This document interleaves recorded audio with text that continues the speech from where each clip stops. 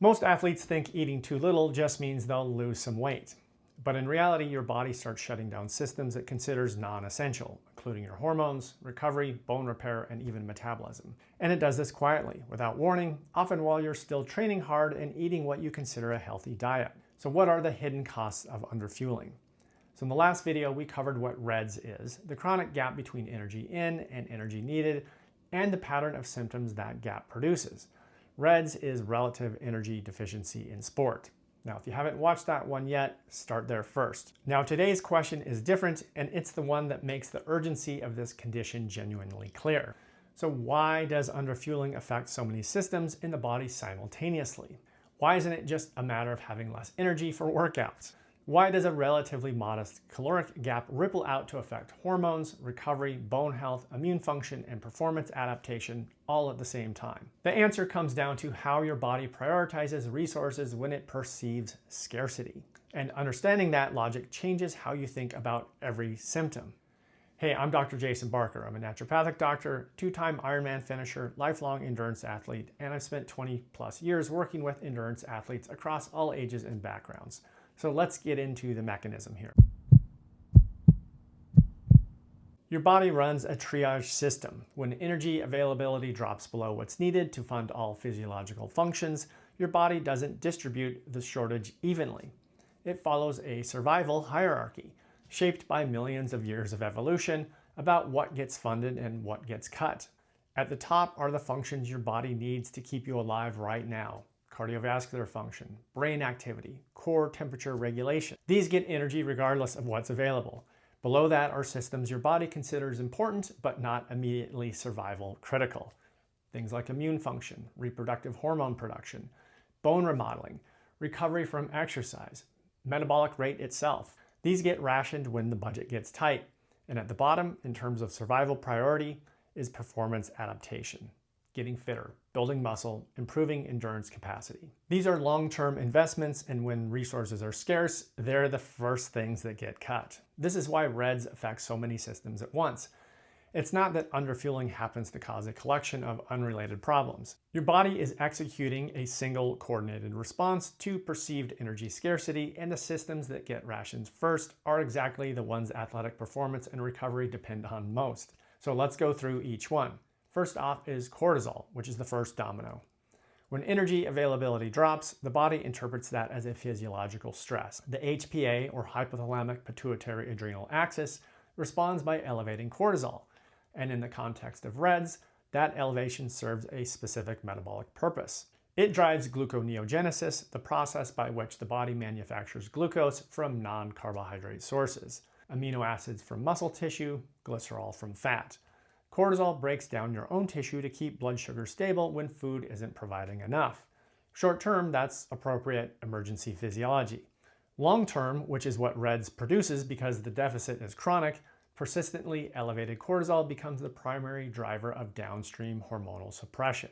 Because cortisol doesn't just raise blood glucose, it suppresses hypothalamic signaling that drives reproductive hormone production. It competes for the same adrenal precursor hormones as testosterone and DHEA. It impairs peripheral thyroid hormone conversion, and it directly inhibits the tissue repair processes that make training adaptation possible. So cortisol is the first domino. Every other hormonal disruption in REDS runs through it to some degree. Now, testosterone. This is the adaptive signal that goes quiet. As cortisol rises, testosterone falls. The hypothalamus detects the energy deficit and reduces gonadotropin-releasing hormone output. Less GnRH, gonadotropin-releasing hormone, means less luteinizing hormone from the pituitary. Less LH, or luteinizing hormone, means less testosterone from the testes in men and from the ovaries and adrenals in women. And simultaneously, elevated cortisol competes for the shared precursor hormones testosterone synthesis depends on. The performance consequences are direct. Testosterone is the primary anabolic signal, the hormone that drives the protein synthesis cascade that converts training stress into adaptation. When it drops, that adaptive response weakens. Training produces more stress and less adaptation. Performance declines not because the athlete is training less, but because the hormonal environment needed to capture the benefit of training is no longer present. This is why training harder in response to declining performance makes REDS worse. You're adding more stimulus to a system that's already lost the hormonal capacity to respond to it. Now, estrogen, this one's kind of beyond the obvious, so to speak. Estrogen decline in reds gets most attention in female athletes because menstrual disruption is its most visible marker.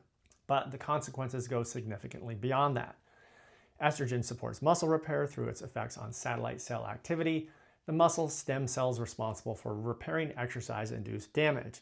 When estrogen declines, recovery burden from training increases. This is one of the mechanisms behind the performance cliff many female athletes experience. Training hasn't changed, but the hormonal support for recovering from it has been withdrawn.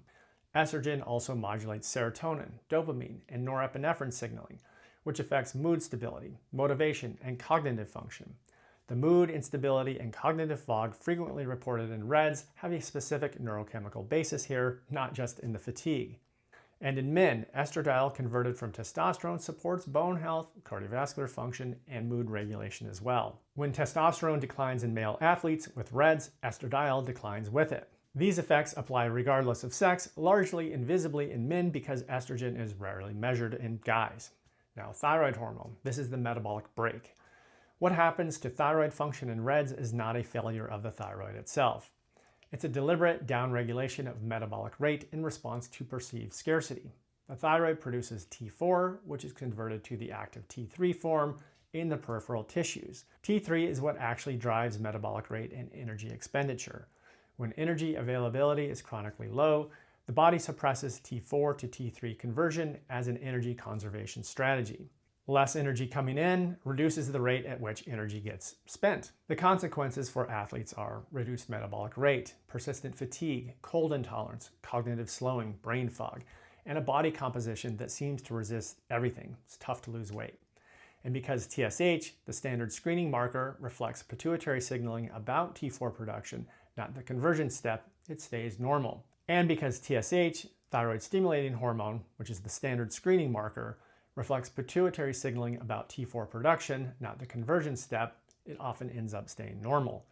Standard testing misses it entirely. Now there's an important additional layer here. The metabolic recalibration that reds creates through thyroid downregulation is one of the reasons recovery from this condition takes months or sometimes longer rather than just a couple of weeks.